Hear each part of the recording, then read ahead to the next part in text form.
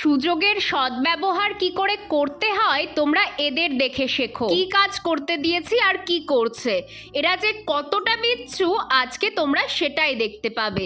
কদিন থেকে খুব ডাস্ট অ্যালার্জির সাথে চূড়ান্ত ঠান্ডা লাগায় ভুগছি, তাই ডাক্তার কিছুদিন ধুলো মাটি থেকে দূরে থাকতে বলেছে। কিন্তু সেটা করলে কি আমার হবে? আমার ছোট ছোট চারা গাছগুলো যে এখনো ফাইনাল পটে বসানো হয়নি, তাই আজকে ভাই বোনকে বলেছিলাম আমাকে একটা গাছ বসিয়ে দিবি। বলার সাথে সাথেই তো দুজনেই রাজি, তবে তাদের শর্ত বাড়ির পেছনের পুকুর ধার থেকে মাটি তুলবে। সেখানে গিয়ে কেউ মারামারি তো কেউ জল ঘাটা শুরু করলো না, ছাদে এসেও এরা থামেনি। কেউ মাটি নিয়ে খেলছে তো কেউ টবেই বসে পড়ছে।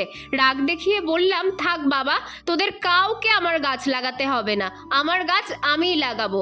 এই যে এই ইনকা গাদাটাই আজকে বসাবো। শরীর খারাপ দেখে বোন একটু দয়া দেখিয়ে বলল, দাও মুমু, আমিই লাগিয়ে দিচ্ছি। শেষে ওই গাছটা বসালো।